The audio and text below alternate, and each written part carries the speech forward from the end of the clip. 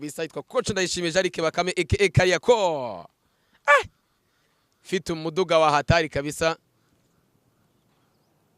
Ewana bayawuteretsemo neza cyane kabisa avuga ati gahunda zose ziteye gute mbashe kuba nagenda mbiterekamo neza cyane yitwa Coach Jarike Bakame. Hanyuma rero kabisa ngiyi ni equipe yitwa Rayon Sport kamaze kuba ihagera. Nguyu rero yitwa Maestro Folenganye tayara kamaze kuba ahasesekara neza cyane kabisa hano mu Nzove yamaze kuba ahagera nuko nababwiraga niwe twatuje kwakira kabisa Folenganye tayari nguyu Maestro akaba amaze kuba ahageramo neza cyane rutayizamu Folenganye. Nguyu Maestro yamaze kuba ahageramo neza cyane Maestro Folenganye legend kabisa yamaze kuba ahagera mu mwakiremo neza cyane Maestro Folenganye tayari yamaze kuba sesekara mu Nzove yongeye kugaruka.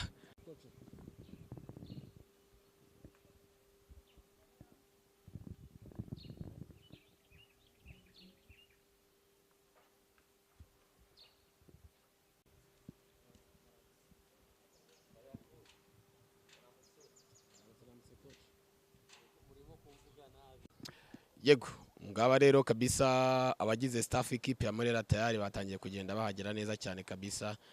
Nguyu yitwa Coach Ndayishimiye Jarike aka Bakame ewana akabasesekaye neza cyane bati muze Kariako nguwo neza cyane Maestro akamaze kuba ahageramo neza cyane mu kanya gatoye imodoka yabo ikipe nayo igiye kuba ihasesekara neza cyane kabisa. Turacyari hano mu Nzove murayibona neza cyane kabisa kuno gahunda zose zimeze tuje kureba umukinnyi ko yamaze kwasesekara neza cyane kabisa ngaba bose nubundi Maestro nawe akamaze kuba ahasesekaramo neza cyane kabisa yamaze kuba ahagera ngira ngo rero ni ibyo ngibyo nubundi muri rusange. Yes, reka nongere gushimira cyane umukunzi wa Inyarwanda Sport TV nizere ko umeze bosana ngwaye ikaze hano mu Nzove namaze kuba mpageramo neza cyane kabisa yitwa Folenganye niwe mukinnyi hatari nanje nje kwakiramo neza cyane ubu ni nkahita nigendera imyitozo yose mwaje kuba muyibona kuri Rayon Sport byose byari bihari neza cyane kabisa ndahari kandi meze neza cyane mbahaye rero ikaze hano mu Nzove nanje kwakira umukinnyi mwiza cyane akaba yitwa rutayizamu Folenganye nkuko mubira ku mashusho kabisa namaze kuba mufatamo neza cyane kabisa. Uyu ni umwe mu basore bagize imvune yagire ku mukino wahoraga muri equipe yitwa Amagaju tari byoroshye cyane. Hanyuma rero ni umukinnyi wavunitse ku mukino wahuye muri equipe ya Amagaju aza kuvunikamo mu karere ka Huye ariko ewana aza kugira imvune n'ubundi aravurwa aza kubagwa operation yose igendamo neza cyane. Nkange rero nkamuza amahanga tayari namaze kuba amasesekara hangaha nijoro ku munsi w'ejo nibwo uyu mukinnyi yabashe kuba agera mu Rwanda yahageze neza cyane ibintu byose na amahoro nanjye ndi mu Nzove namaze kumufata amashusho mu kanya gato equipe ya Murera igiye kuba itangira imyitozo hano hepfo ni imyitozo iri awiklo nta abantu bemere ko ayifata cyangwa se ni imyitozo yiganjemo tactique y'uburyo equipe ya Rayon Sport muri zagenda ikina. Ikintu cyo nyine ndi bubereke mu kanya gatoya ndabereka yambaye jezi asohoka ajya mu myitozo ara hepfo ariko ubundi mu kibuga ntago muri bibone nkuko n'ubundi amategeko abigena. Hanyuma rero yitwa rutayizamu Folenganye ni umwe mu bafashe cyane equipe ya Rayon Sport gutsinda ibitego byinshi mwaka wa mbere Fazale bitego kugira hafi muri 13 numwe makinyi bakomeye cyane bafashije cyane equipe yitwa Rayon Sport.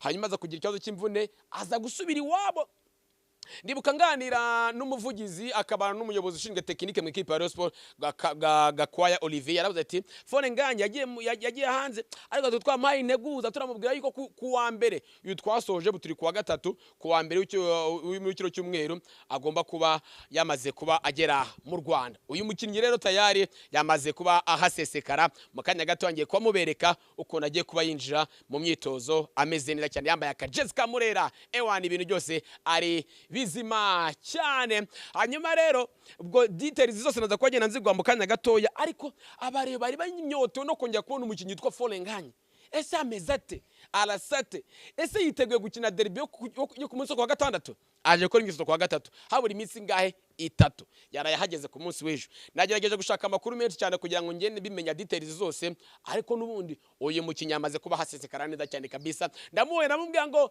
comment tu vas monsieur, tu vas bien, arambwira ati meze neza cyane, ati kuwa gatandatu abarebe bagomba kumubona mu kibuga. Umutoza namukamugira icyizere, agiye gukora imyitozo 2, uno munsi no ku mugoroba no kuwa kane. Kuwa gatanu ubundi urumva nizaba ari match n'umara twitozo twa declassage tworoheje aho ngaho. Kuwa gatandatu ku isaha 12:30 muri stade Amahoro bashwanyaguzanye n'ikipe yitwa APR Football Club.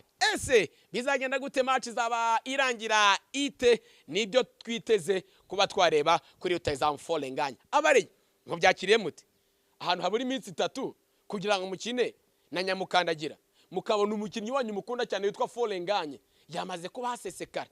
Ubo wiyumvute mbese ubyiyumva mute? Ibintu birakomeye. APR amaze kumanura intwaro, ifite intwaro za atari n'ubundi zamaze kumenyerana, ifite bamerdawo bameze neza cyane, ikagira abakinnyi bagiye batandukanye ba William Togi, ba Cheikh Jibril Watara.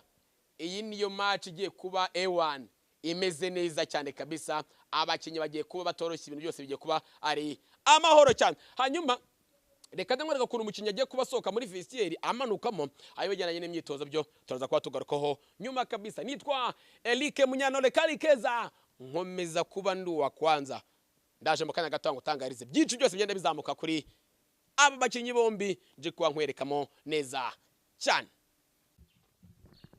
Nguko rero uko gahunda zimeze, yitwa Bigirimana Abedi yamaze kuba asohokamo neza cyane kabisa, mwamubonye. Hanyuma reka nze nkwereka abandi bakinnyi bose bagiye kuba basohokamo hano muri vestiaire n'ubundi muri rusa. Yitwa Coach Kariako, akaba asohotsemo neza cyane kabisa, agiye kubajya mu myitozo n'ubundi, agiye kuba settingamo ko bagiye kuba bakora imyitozo yabo yuno umunsi n'ubundi muri rusange. Hanyuma rero reka nze nkwereke uko details zose n'ubundi ziye zimeze, nanjye amata kugira ngo ndebe ukuntu gahunda zose zimeze.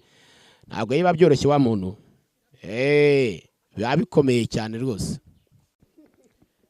Ngaba rero abakinnyi bakomeye cyane, yitwa Ndikumana Asman ndetse na Emery Bayisenge, bakaba bahabaye neza cyane kabisa. Avuga ati gahunda ziteye gute, birakomeye cyane. Ngo gahunda yaciyemo, gahunda ni nzima cyane ko twajya Dubai.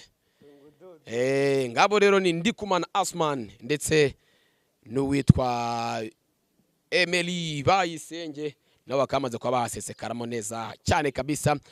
Hanyuma rero ubwo details zose naje ngene nziguhamo neza cyane, abakinnyi basoke ubundi byose nanjye mitenerekeza. Yes, ngabo rero nabakinnyi equipe ya Rayon Sport n'ubundi tayari bakaba batangiye kugenda basoka n'ubundi muri vestiaire berekeza mu myitozo equipe ya Murera n'ubundi neza cyane kabisa. Bamaze kuba bahagera bose, reka nanjye mbere kuko bagiye ko basoka muri vestiaire n'ubundi. Nguyu yitwa Kwizera Olivier tayari kamaze kuba asokamo neza cyane kabisa, ajya gutangira n'ubundi imyitozo. Ka details zose ngene nziguhamo neza cyane zose, ibintu byose bari tayari. Nanjye mba nateye amatako ndebe ku muryango uva kuri vestiaire Rayon Sport zabica cyane ikipe yitwa APR Football Club ku